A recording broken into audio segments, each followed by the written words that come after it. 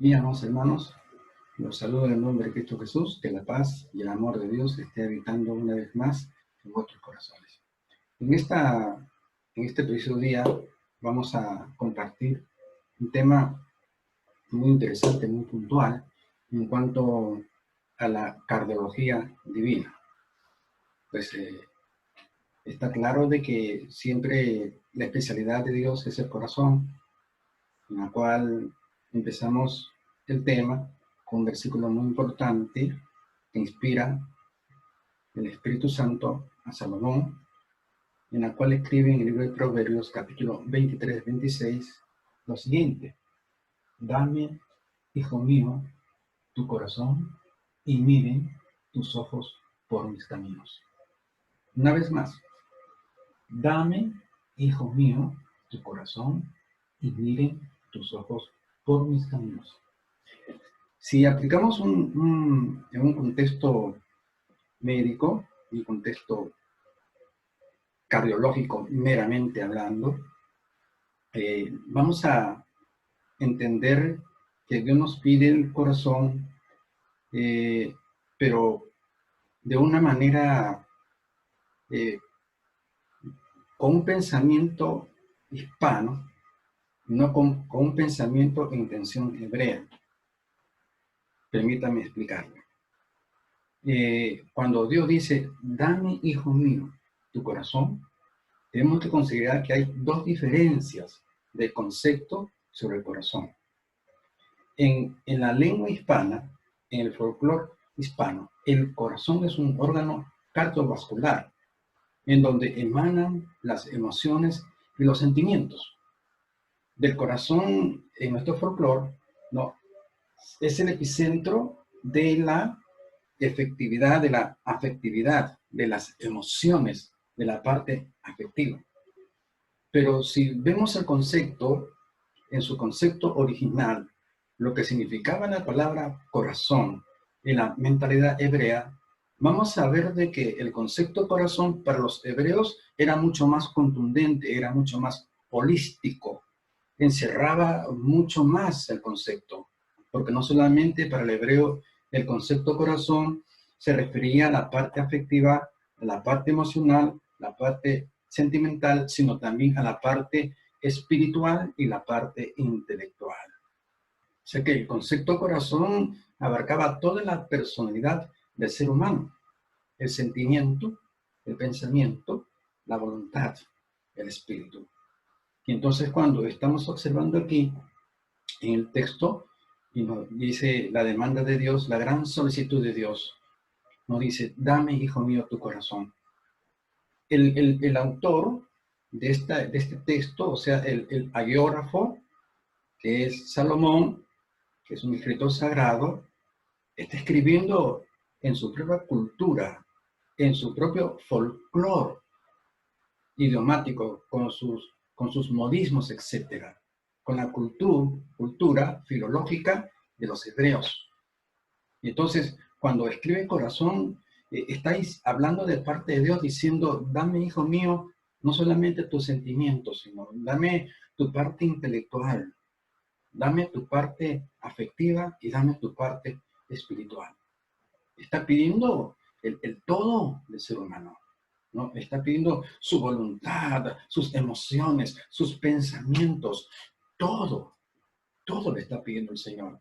No solamente porque si vemos el asunto en un concepto netamente hispano, entonces vamos a simplemente decirle, bueno, el Señor simplemente quiere nuestro corazón, y como con el folclore, la cultura, el modismo hispano, conceptúa al corazón como con la parte donde se concentra la sensibilidad, las emociones, la parte afectiva. Entonces vamos simplemente a pensar de que Dios está solicitando a nosotros solamente la parte afectiva, cuando el pensamiento hebreo era mucho más amplio, no solamente la parte afectiva, la parte emocional, sino la parte intelectual, la parte espiritual.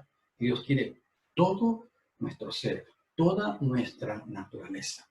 Entonces, vemos aquí algo muy interesante, que los conceptos de corazón entre nuestro idioma hispano y el idioma hebreo conceptúa, hay una importante diferenciación porque el hebreo tiene un concepto mucho más amplio que abraza la parte no solamente afectiva, sino intelectual y también espiritual. O sea, un concepto mucho más amplio. Ahora, Jesús, nuestro Señor, habló en cuanto al corazón, hizo una importante aplicación.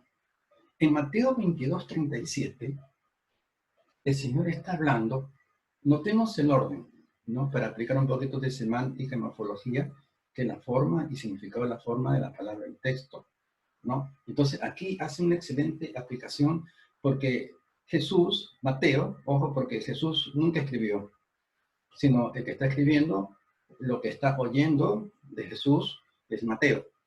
Y Mateo está escribiendo con un pensamiento no hispano, un pensamiento hebreo. Entonces, note lo que está poniendo aquí, el orden. Dice que habla primeramente, ¿no?, de que hay que amar a Dios con todo, dice, con todo el corazón, con toda el alma y la mente. Vemos aquí prácticamente que es un pleonasmo, o sea, que una figura retórica que habla de una repetición de conceptos y de formas. Entonces, aquí cuando dice corazón, cuando dice primeramente corazón, ya después habla alma y pensamiento. Una redundancia, porque simplemente tenía que escribir corazón. Ya el hebreo entendía que no solamente está solicitando, amando a Dios con toda la afectividad, con toda la emoción en el corazón, sino también con toda tu mente, con todo tu espíritu, con toda tu alma. Una petición holística, una demanda holística, que a Dios hay que amarlo no solamente con todo nuestro cariño, con toda nuestra parte afectiva, con toda nuestra consideración, con toda nuestra ternura, también con toda nuestra inteligencia. A Dios se le ama y se le obedece con creatividad, con inventiva. Para obedecer la palabra de Dios no solamente se necesita una buena disposición del corazón, de sentimientos, sino inteligencia y creatividad. A Dios se le obedece con mucho ingenio, con mucha creatividad, con mucha inventiva, con mucha sapiencia, con mucha inteligencia, con mucha sabiduría. No simplemente es obedecer de una manera mecánica, de una manera religiosa, plástica, sintética, casi muerta. Y una obediencia a muerte es cuando está libre de ese sentimiento, de ese amor, de ese cariño por a Dios para obedecerlo, de esa inteligencia que voy a obedecer a Dios de la mejor manera, de la manera más importante, la manera más creativa, la manera que más le agrade a Dios. De obedecer, amar a Dios, no solamente con mero sentimiento, sino también con todo el alma y con toda la parte intelectual. Entonces, ahí vemos Dios que Jesús escribe en Mateo sobre Jesús de una excelente aplicación en cuanto a lo que implica el corazón. Pero Pablo también concentra esa personalidad de una forma holística, total en el ser humano. Y podemos leer en el libro de Primera de Tesalónica, capítulo 5, versículo 23, donde dice allí, dice, el mismo Dios de paz, dice, os santifique por completo, y todo vuestro ser, espíritu, alma y cuerpo, sea hallado irreprensible para la venida de nuestro Señor Jesucristo. Se está prácticamente que está pidiendo que todo nuestro corazón, o sea, toda nuestra parte pensante, nuestra parte intelectual, nuestra parte afectiva y nuestra parte espiritual sea hallado irreprensible cuando se manifieste Jesucristo para elevar a su iglesia y librarnos de esa gran tribulación que describe esos errores del libro de Apocalipsis, especialmente en el capítulo 6 y 7, que es terrible, y ahí están todos los pormenores, todas las características que van a ocurrir en la gran tribulación. Bien, y entonces vemos aquí esa relación estrecha, ¿no?, en el pensamiento judío, en cuanto al concepto del corazón. Entonces, cuando leemos la palabra nuevamente, el libro de Proverbios 23-26, nos dice, dame, hijo mío, tu corazón, dice, Entonces, ya entendemos ya lo que Dios nos está pidiendo, toda la parte holística del ser humano, toda su totalidad, su alma, su espíritu, su corazón, su pensamiento, su sentimiento, su voluntad, todo nos pide Dios. En esa frase, dame, hijo mío, tu corazón. Y dice algo importante. ¿Para qué y por qué? Dice, dame, hijo mío, tu corazón y miren tus ojos por mis caminos. O sea que para poder discernir los caminos de Dios y andar de una manera perfecta, adecuada, certera en el camino de Dios, caminando por el camino recto de Dios, sin un camino falso, que nuestro discernimiento personal puede discernir un camino que es camino de vida. Pero la Biblia advierte que puede ser camino de muerte, porque hay camino que al hombre le parece de vida, pero su fin es camino de muerte. Así advirtieron los profetas en la antigüedad. Y aquí Jesús nos dice, o Dios nos dice claramente, nos dice, dame tu personalidad para que tú puedas discernir mi camino y puedas andar por el camino correcto. Dame, hijo mío, tu corazón y miren, disciernen, ¿no? Y anden en mi camino perfecto. Si nosotros no entregamos, no hacemos una asepsia, una limpieza a nuestros corazones de ciertos defectos, claro está, de que no todos necesitan una limpieza, digamos, de carácter espiritual, de carácter mental, sino también de otras características de menor peso o de menor cuantía en lo que se refiere a ofensas a Dios. Porque algunos necesitamos más limpieza, otros menos limpieza. Otros necesitan una limpieza de carácter, digamos, pecaminoso, ¿no? ¿No? Que están comprometidos con el robo, con el crimen, con la promiscuidad, etc. Y otros que simplemente no practican estas cosas pecaminosas, pero sí están comprometidos sus mentes y corazones con otras cuestiones como la indolencia, como la dureza, ¿no? Como la falta de aprecio y de afecto al prójimo, etc. Bien, hay niveles de limpieza y de asepsia de carácter espiritual en la cual el ser humano necesita ser limpiado por Dios. Y Dios cuando hace una solicitud no solamente está pidiendo la personalidad de la gente inconversa, que no conoce a Dios, sino es general. En cualquier circunstancia, en cualquier situación, el Señor nos pide el corazón, nos solicita el corazón.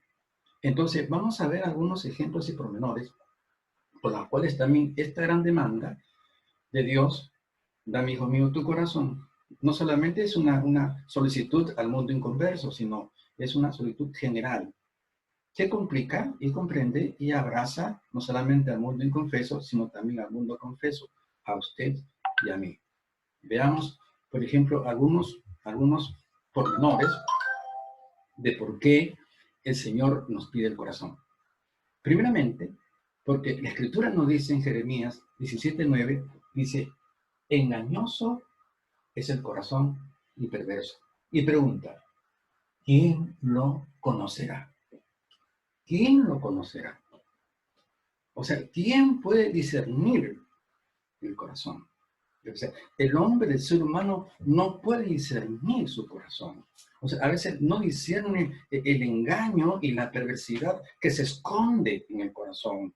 Que tras de un pensamiento, de un ideal positivo, se puede esconder algo negativo, algo intranscendente o algo que no pinta una realidad en el sentido que mi corazón me dice voy a hacer esto porque esto le va a agradar a Dios, pero en fin no le va a causar agrado a Dios.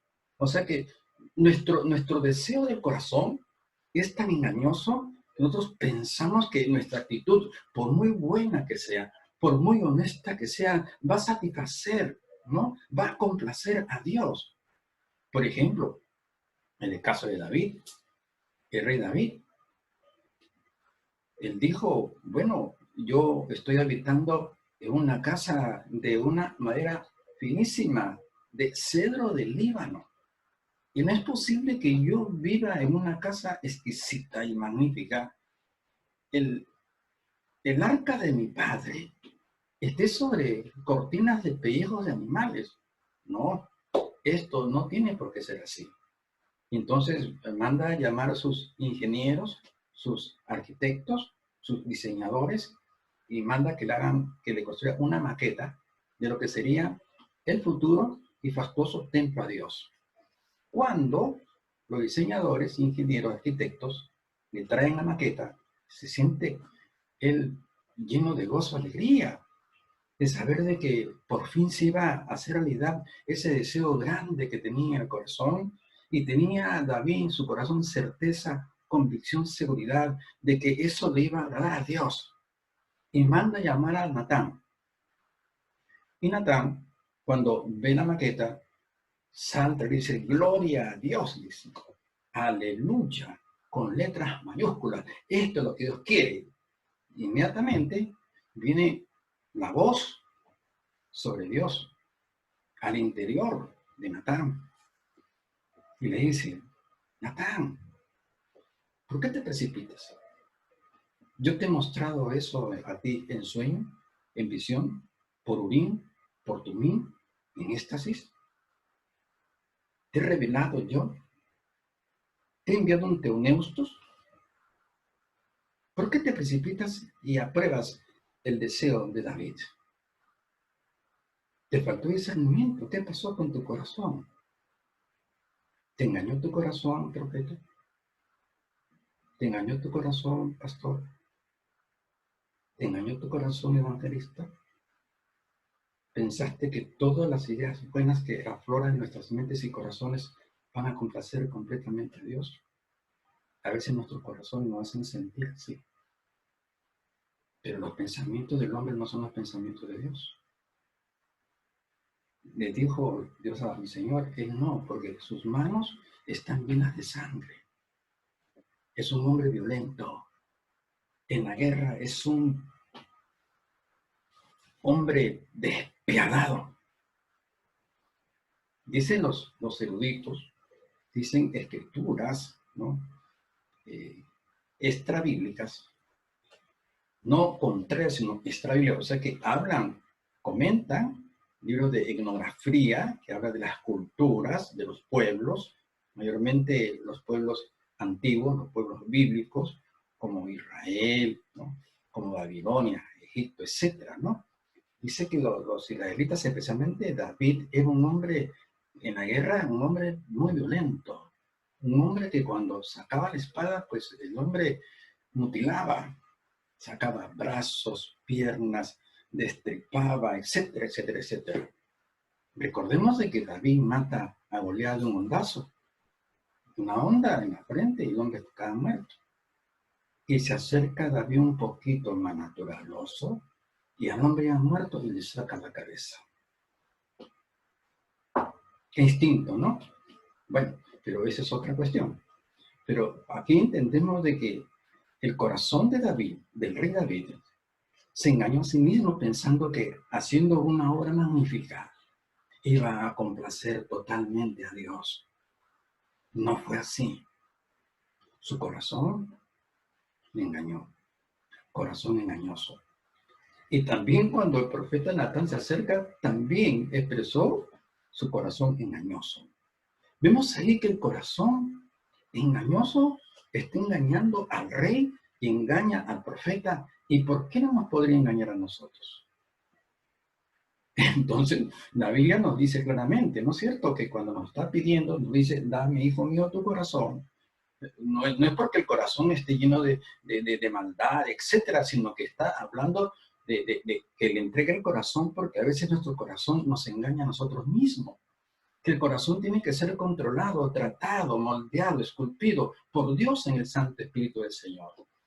Y entonces vemos ahí algo importante en la pregunta de por qué el Señor nos demanda el corazón. A nosotros, porque el corazón, según la Biblia, es engañoso. Y estamos viendo aquí ejemplos de engaño, como el del corazón engañoso engañó al rey David y también engañó a Natán. ¿No es cierto? Son experiencias. Eso lo podemos ver en el libro de Primera de Samuel, capítulo 16, versos 6 y 7 también. Ahí vemos otra experiencia importantísima. Ahí vemos cómo engaña el corazón a Samuel. Y Samuel abrazaba tres grandes ministerios. Samuel era, pues, profeta y sacerdote. Mas, sin embargo, cuando observamos en la palabra de Dios, en Primera de Samuel, en el capítulo 16, versos 6 y 7, ahí vemos que Dios le envía, ¿no?, a que unja a hijo de Isaí. No, pero le dice Dios, me vas a ungir al que yo te diga. Me vas a ordenar al que yo te diga. Me vas a poner como diácono al que yo te diga, al que yo te muestre. Me pones como ecónomo al que yo te muestre. Me pones como ungir al que yo te muestre. Me pones como capitán de evangelismo al que yo te muestre. Me pones al copastor al que yo te muestre. Me pones al liderazgo que yo te muestre. Porque Dios en ningún momento le está diciendo a Samuel, elige tú. Tú tienes experiencia y tienes discernimiento. Tú sabes a quién de los hijos de Isaí vas a nombrar como rey, vas a ungir como rey. Dios no le dice eso, porque Dios está considerando. No es que meramente está desconfiando del profeta Samuel, sino que conoce Dios el corazón. Por eso le dice, me vas a ungir al que yo te diga. Pero él no se dejó llevar por ello. Sale Samuel, sale Eliab, hijo de Elí, hermano mayor de David, quien sería el rey de Israel, impetuoso, fornido, quizá con una empatía extraordinaria, con una gracia, un carisma, etcétera, que incautó, que impactó, quien dejó perplejo con su figura al profeta Samuel. Y dijo, vive Jehová, que este es ungido. Y voz de Dios me dice, yo lo desecho.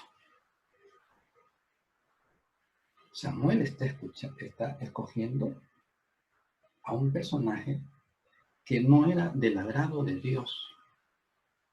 Un personaje muy perverso, que la Biblia misma describe cuáles eran las características de la persona de Eliab, que no calificaron para que sea tomado y considerado como rey. Insolente, prepotente, falto de discernimiento, precipitado, etc. ¿No? Por eso que el Señor no se equivoca.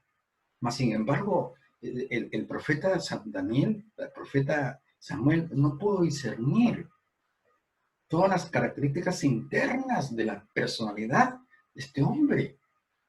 Y Dios le dice, oye, Dios no mira lo que mira el hombre. El hombre mira lo que está por fuera, la parte superficial, pero Dios mira lo de adentro.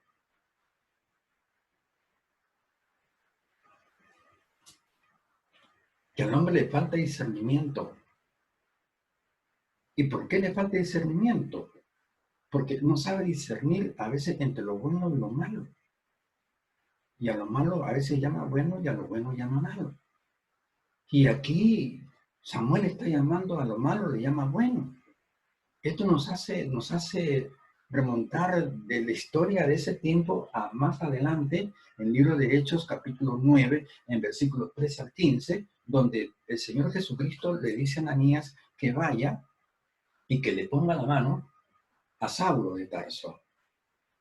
Y entonces Ananías entra en una especie de confrontación con Dios y comienza a refutar y comienza prácticamente a tratar de oponerse, a mostrar su desacuerdo en este llamado que Dios estaba haciendo de el que sería el apóstol Pablo, Saulo. Y el Señor le dice, pero has visto tú eres testigo. Fíjate, Señor, lo has escuchado a él. ¿Cuántos males ha hecho este hombre a la iglesia, Señor? Señor, este hombre ha masacrado a la iglesia, ha encarcelado a la iglesia, ha apedreado a la iglesia, ha apaleado a la iglesia y encima dio su consentimiento y voto de muerte para matar a Esteban, Señor. Señor, por favor, recapacita, reacciona. ¿Por qué has llamado a este hombre perverso? Y Jesús le dice, pues cállate, Ananías, porque instrumento escogido me es este. Instrumento escogido me es este. Instrumento escogido me es este. Ahí vemos de que Ananías está llamando a lo que Dios veía como excelente y bueno, Ananías lo está viendo como pésimo y malo. Esto nos hace ver claramente las dos contrapartes, donde el profeta Samuel a lo malo llama bueno y Ananías a lo bueno llama malo. En ambas ocasiones históricas, el corazón engañoso engañó tanto al profeta como también a Ananías. Y ojo que la escritura nos da una advertencia terrible y tremenda en el libro de Isaías, en el capítulo 5, verso 20, donde dice, hay a los que a lo malo llaman bueno y a lo bueno llaman. A los que toman como luz a las tinieblas y a las tinieblas como luz. Hay que, a los que disciernan sobre lo bueno y lo califican como lo malo. Los que disciernen sobre lo malo y lo califican como lo bueno. Porque les falta discernimiento. Y cuando uno falla en el discernimiento, entonces no es otra cosa que el corazón les comenzó a engañar. Y no solamente, cuando hablo de corazón, no solamente estoy hablando de la parte afectiva, de que a veces el sentimiento nos hace equivocar. Por ejemplo, sin tratar de desherir ni herir la susceptibilidad maternal de nuestras amadas madres y esposas. Tienen un amplio amor por los hijos. Y cuando recibe una queja, le dijo, los hijos, una queja.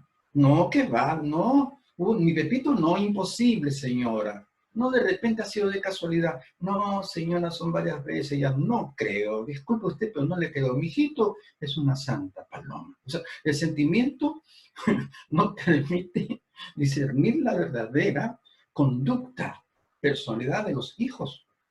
Pero cuando hablamos de que el corazón es engañoso y también perverso, estamos ahora metiéndonos en el pensamiento hebreo, que no solamente el sentimiento es perverso, sino también la mentalidad.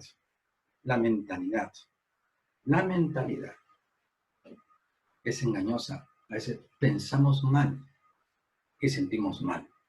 Cuando nosotros pensamos mal y sentimos mal, nuestra actitud, nuestra conducta también estará mal.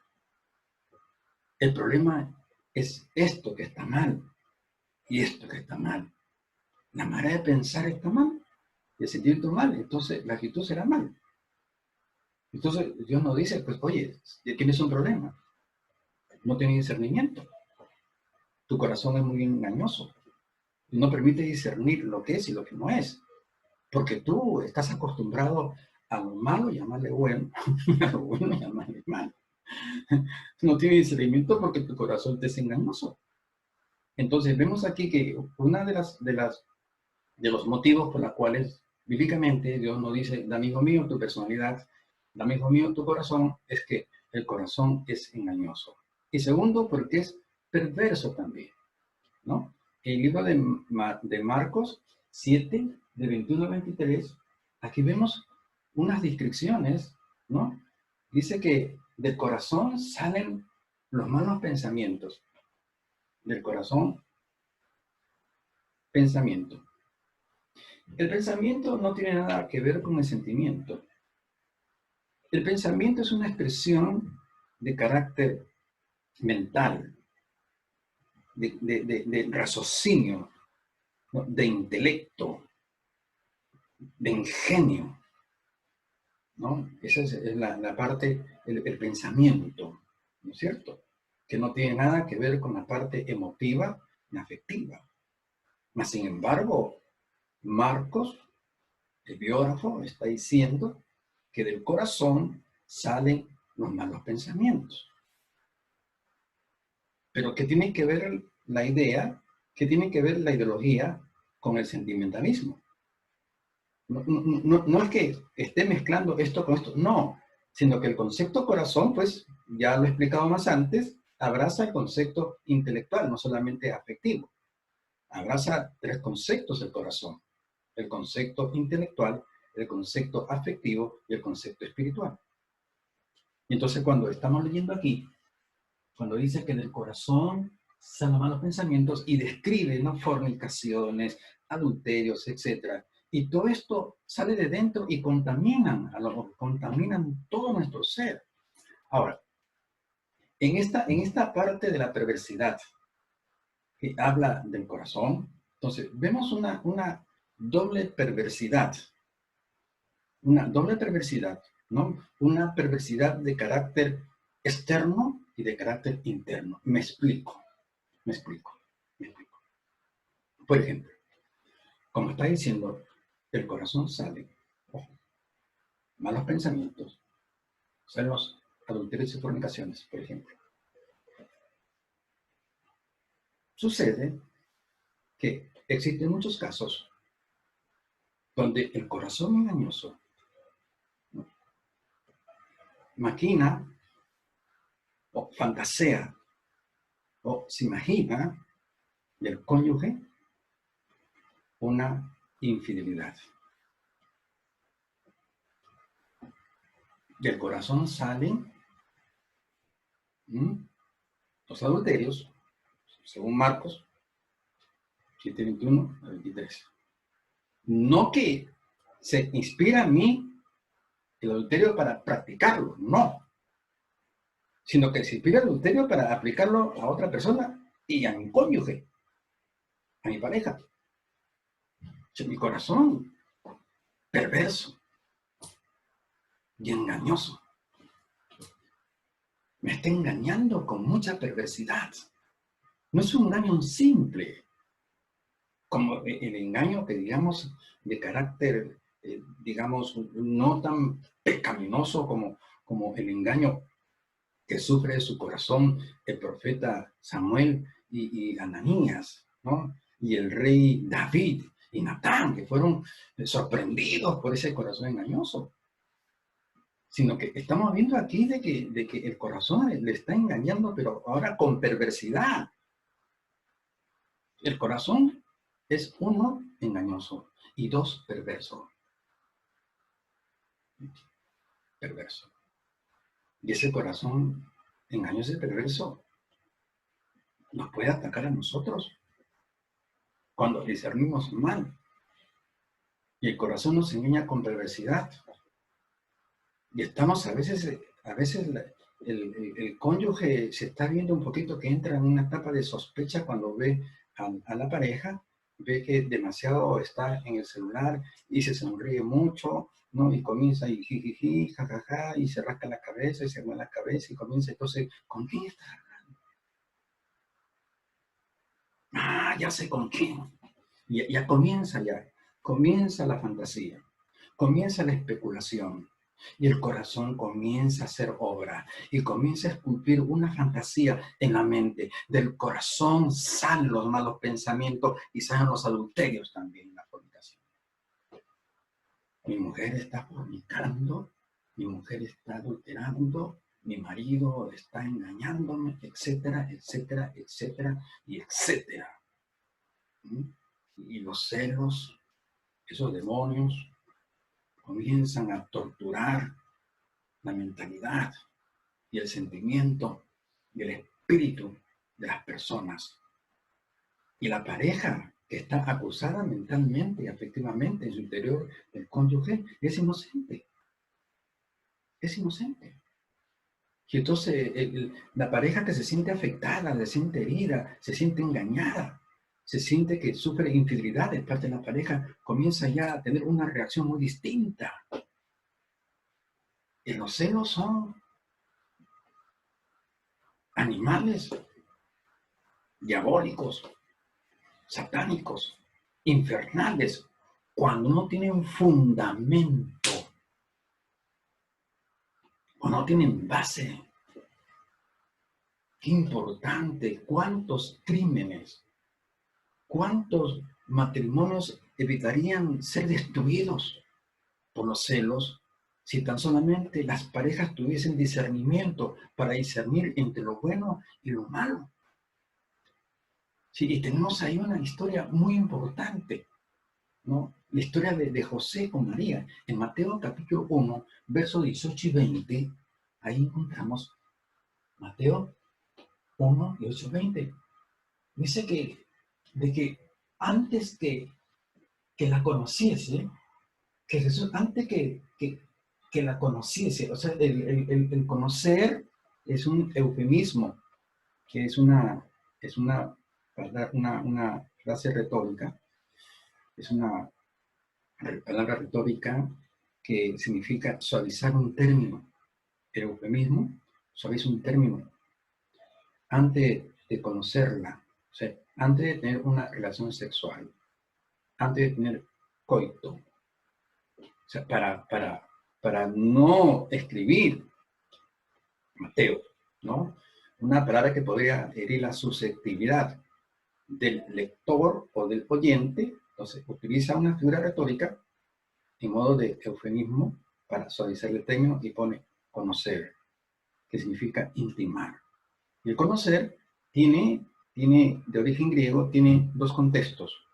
Un intimar de manera, ojo, el contexto, amical, amigo íntimo, conyugal, intimidad sexual, y también espiritual, la intimidad con Dios, comunión íntima con Dios.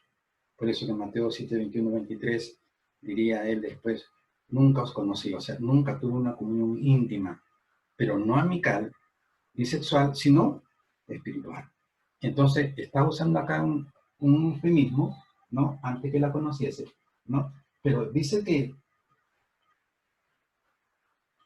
pensó, al verla en estado embarazoso, el corazón de José le engañó con perversidad. Porque pensó que María, nuestra hermana mayor, le había sido infiel con otro hombre. Su corazón le dictó a su mente, a su espíritu, María ha fornicado a diestra y siniestra. Y ahí está la evidencia, la barrigota. ¿Qué esperas, José? Aplícale la Misná, la interpretación del Talmud. Aplícale la Torá. Y piedra con ella. Pero él, como era justo, dice la Biblia, no quiso incamarla. O sea, no quiso denunciarla. Porque había un desposorio, ya había con María, ya había un compromiso de un matrimonio. Y entonces podía romper porque prácticamente desposorio era prácticamente un matrimonio ya virtual, que estaba ya sellado, que estaba ya clasificado como prácticamente en un 99% como legal por la ley judaica. Por lo tanto, si había una infidelidad de la mujer, pues tenía que ser considerado como adulterio y por lo tanto piedra con María. Pero él, como era justo, quiso no denunciarla y se va con el corazón roto. Se acuesta el hombre llorando, porque José amaba a María con todo su corazón. Era el hombre que Dios había escogido para María, quien sería la madre de nuestro Salvador, María, nuestra hermana mayor, la que trajo en su vientre nuestra salvación por obra del Santo Espíritu de Dios. Por lo tanto, tenía que tener un cónyuge con características propicias, ¿no? Con características adecuadas a una mujer de Dios. Importante la historia del cristianismo.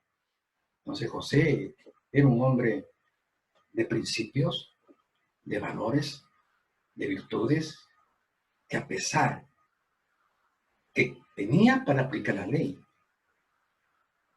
como diría el apóstol Pablo en su carta a Timoteo, o lo que diría Santiago 1:8, ¿no? La ley es buena si uno la usa legítimamente. Creo que primera a Timoteo 1:8 o Santiago 1:8. Y a veces la vejez nos hace un poco amnésicos, ¿no? Antes éramos un poco mnemotécnicos en nuestra juventud, pero ya cuando pasan los años ya se va, uno ya se le está borrando ya la casetera un poquito de los versos. Pero vamos aquí donde luego de que este hombre que amaba a María, su corazón lo había hecho, perdóname la respuesta tan peyorativa, un poco coloquial, el corazón había hecho flecos, ojo, el sentimiento, el pensamiento y el espíritu de José. Un corazón engañoso y perverso, haciéndole daño a él mismo, pensando mal de una mujer inocente y sufriendo en su corazón José, porque amaba a María, la amaba con todo su ser, con toda su alma, con todo su corazón. Y se veía dormido, durmiendo, pero Dios, que lo observa todo, le envió un ángel y le dice: José, esposo de María, no temas recibir a María, tu mujer, porque lo de ella no es del vecino, es obra del Santo Espíritu de Dios. Ahí vuelve nuevamente ya la felicidad, la tranquilidad, ya bien vuelve a respirar José. Decía: gracias, Dios mío, gracias, Señor. No te puedo decir que María era inocente porque yo pensaba que era culpable porque mi corazón engañoso y perverso me engañó. Pero gracias a Dios porque me trajiste a luz. ¿Quién puede hacernos ver nuestros errores? ¿Quién puede hacernos reconocer que nosotros tenemos un corazón engañoso y perverso? Por eso decía y preguntaba el profeta: engañoso es el corazón y perverso, ¿quién lo conocerá? El hombre no lo conoce, pero Dios sí conoce nuestros corazones. Razón por la cual nos dice: dame, hijo mío, tu corazón, porque yo te conozco, tu manera de pensar, sentir y actuar. Yo te quiero cambiar y perfeccionar, dámelo ya. Y que esta demanda de Dios no es simplemente una demanda que se hace al mundo inconverso, al mundo inconfeso, sino también es una demanda universal para el pueblo de Dios y pueblo que no es de Dios. Entonces, cuando vemos ahí de que Dios nos dice: dame, hijo mío, tu corazón, y preguntamos por qué nos pide el corazón a todos de una manera universal. Uno, porque es engañoso; dos, porque es perverso; dos, porque nos hace discernir de una manera equivocada, que a veces haciendo lo bueno hacemos lo malo, y haciendo lo malo hacemos lo bueno. El corazón, la mentalidad engañosa y perfecta. Pensamos una cosa y después nos arrepentimos. Bueno, hermano, venga, he escuchado su testimonio y veo que usted está pasando unos problemas un poco difíciles. Hermano, por favor, tome una ofrenda. Bueno, le damos un billete, una Santa Rosita. Como nosotros no podemos tener imágenes, ¿no? Entonces, la Santa Rosita. Eso hay que pensar. Y después que le hemos dado, nos quedamos: pero ¿por qué me precipité? ¿Por qué le tuve que dar 100 soles? ¿Por qué le di 200? Suficiente con 20, máximo ya 50, pero 200. ¿Qué me pasó? Ah, tu corazón, pues, engañoso y perverso. Porque te hizo creer que eras bueno y dadivoso. Pero después te dicen, ahí te dijo: no, tú no eres bueno. Te estás arrepintiendo del bien que hiciste. Engañoso y perverso. Aún la Biblia dice claramente, en el libro de Proverbios capítulo 3:27, que nos dice: no te niegues a hacer el bien cuando tienes poder para hacerlo y a quien es debido. No te niegues a hacer el bien a quien es debido. Cuando tienes poder. Sé que yo, como creyente, yo tengo que, antes de hacer el bien, tengo que discernir. Es decir, en qué tipo de tierra voy a sembrar. Si voy a darle a las personas que verdaderamente lo necesitan. Si esa persona pues está pasando por una crisis económica pues importante, ¿no? Muy asfixiante, ¿no? Y yo necesito ayudarla dentro del marco de mi posibilidad. Entonces voy a ayudarla yo. Porque Dios me dice que no me niegue a hacer el bien a quien necesita. Yo veo muchas personas que están gozando de bendición económica y que observan y disciernen también la necesidad de muchas personas. Estas personas abren la billetera, llaman, anda, recibe una ofrenda de parte de Dios. Fulano, una ofrenda. Sutano, una comparten. Y están cumpliendo lo que dice, están discerniendo, ¿no? Lo que está mandando Dios. Dice, no te niegues a hacer el bien a quien es debido. Ojo, pero a quien es debido. Los cristianos no estamos obligados a hacer el bien sí o sí. ¿Por qué? Porque hay que tener discernimiento.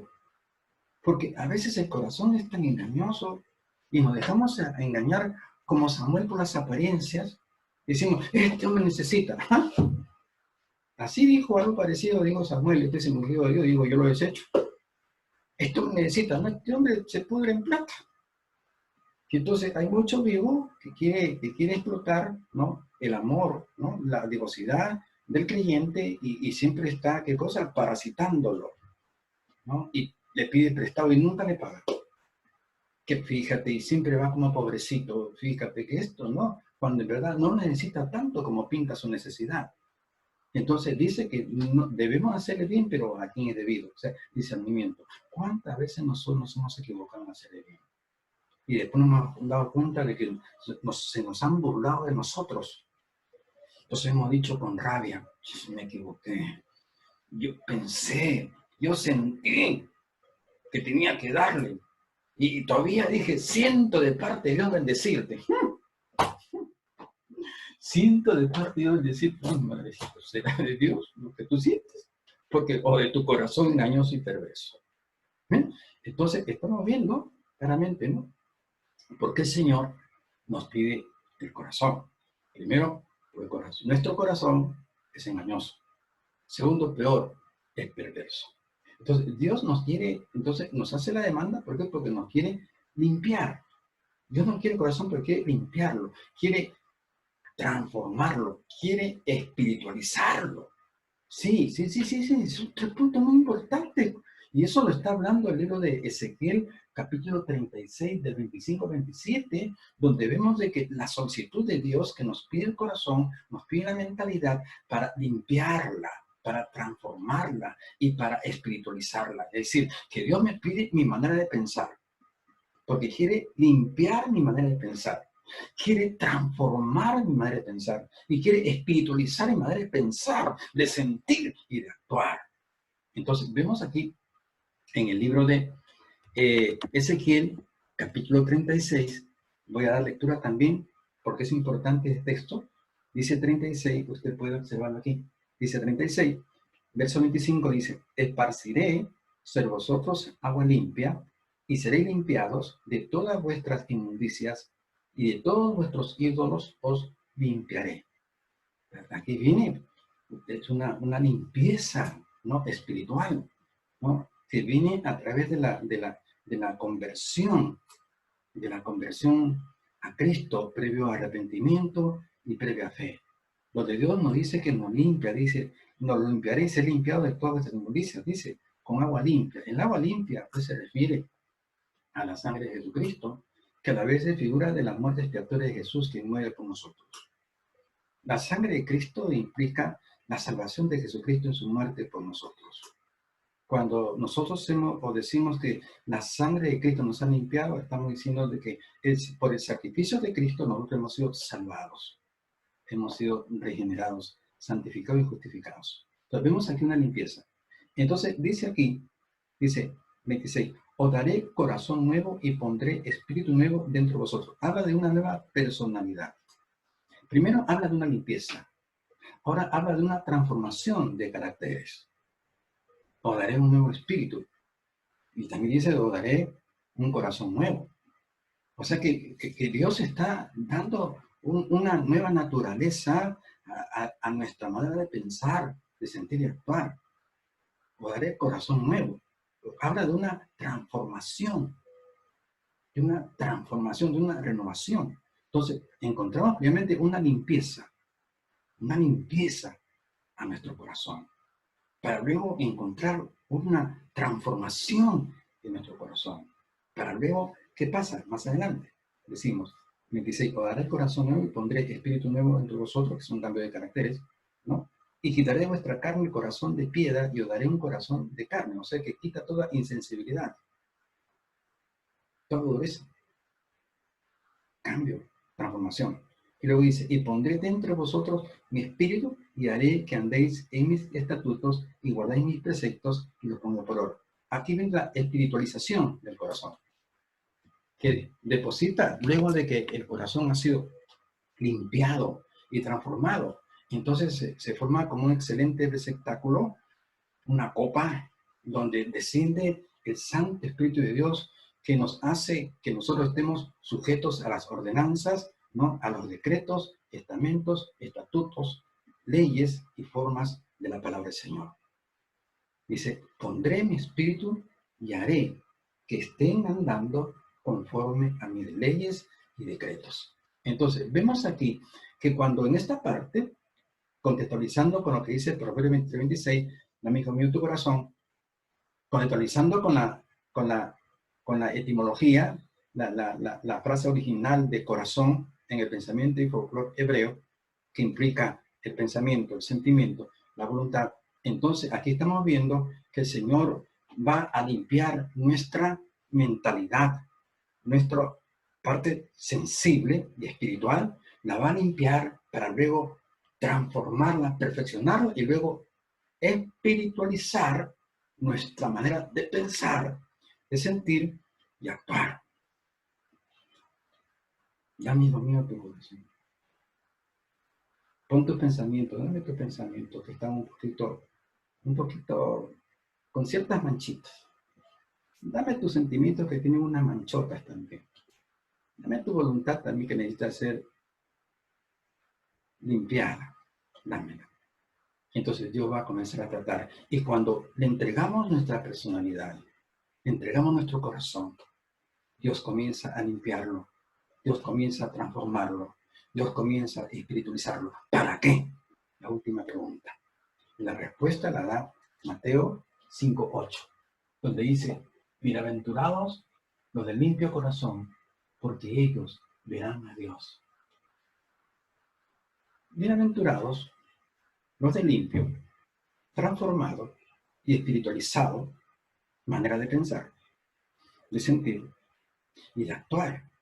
Porque ellos verán, dice, a Dios. ¿Qué significa? Verán la gloria de Dios, verán la bendición de Dios, verán el milagro de Dios, el portento de Dios, la proeza de Dios, la maravilla de Dios, la prosperidad de parte de Dios. Bienaventurados los de limpio corazón. Entonces, cuando Dios nos dice, dame, hijo mío, tu corazón, Dios que quiere hacer con el corazón que nos está pidiendo, quiere limpiar, quiere extirpar, desarraigar todo ese engaño, toda esa perversidad. El Señor quiere limpiarlo, quiere perfeccionarlo, quiere espiritualizarlo para que al final veamos la gloria y el éxito de Dios. Gloria a Dios. Bien, concluimos aquí. Hay mucho que hablar del corazón, ¿verdad? Bastantes ejemplos bíblicos, pero creo que esta primera parte creo que va a ser suficiente como para que tengamos una seria meditación en cuanto meditamos con carácter de urgencia, decirle, Señor, todo mi corazón. Como cuando, por ejemplo, Salmista David que tuvo una experiencia, ¿no?, extramatrimonial, porque Betsabé era casada con Urías Eteo y comete fornicación.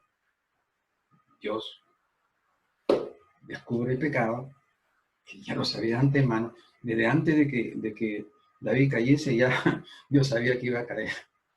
Los atributos de omnisciencia, que le permite conocer el pasado, presente y futuro. Pero la voluntad permisiva de Dios, no perfecta, permisiva. Luego se arrepiente, etcétera. Pero también venían ciertos recuerdos. La Biblia dice en el libro de Isaías 43, dice, no traigáis a memoria las cosas antiguas, dice la Biblia, advierte, ¿no es cierto? Cuidado que este engañoso y perverso corazón te hacen recordar cositas que no son muy santas, ¿no? Cositas que fueron de otra dimensión, de otro mundo, de otra galaxia, de otra esfera. Cuando estamos en la esfera de la mundanidad, más ahora estamos en la esfera del reino de Dios. Traer pensamientos inicuos, perversos de la antigüedad a nuestra actualidad mental y espiritual, pues a Dios no le agrada. Cualquiera que mira a una mujer para codiciarla, él en su corazón, dice la Biblia. Y entonces David tenía esos recuerdos. Pero cuando había ese recuerdo insano, su corazón perverso hacía tener un mal pensamiento. Él decía en el libro de Salmo 51, 10, crea en mí, oh Dios, un corazón limpio y espíritu recto me sostenga. Esto que nos enseña reyes, profetas, siervos de Dios, tuvieron muchas dificultades con el corazón engañoso y perverso. Cuanto más nosotros, que no estamos en esa estatura de esa magnificencia ministerial, de esas jerarquías que tenían ellos, de esa unción maravillosa de Dios sobre ellos. ¿Cuánto más? Y cuánto más cuando se presenta algo de que el corazón nos está engañando y el corazón está así creando pensamientos perversos en nuestra mente. Entonces David me dice, cuando el corazón trate de engañarte y cuando el corazón se ponga perverso, entrégale tu corazón a Dios y dile, Dios mío, crea en mí un corazón limpio. Es decir, Señor, te entrego en estos momentos mi corazón, tómalo, límpialo, guárdalo, transfórmalo y espiritualízalo. Gloria a Dios. Bien, gracias por su expectación, su audiencia, y será hasta otra oportunidad. Se despide usted, su hermano Abraham Morán Villaseca, que el Señor le bendiga. Gracias. Dios le guarde.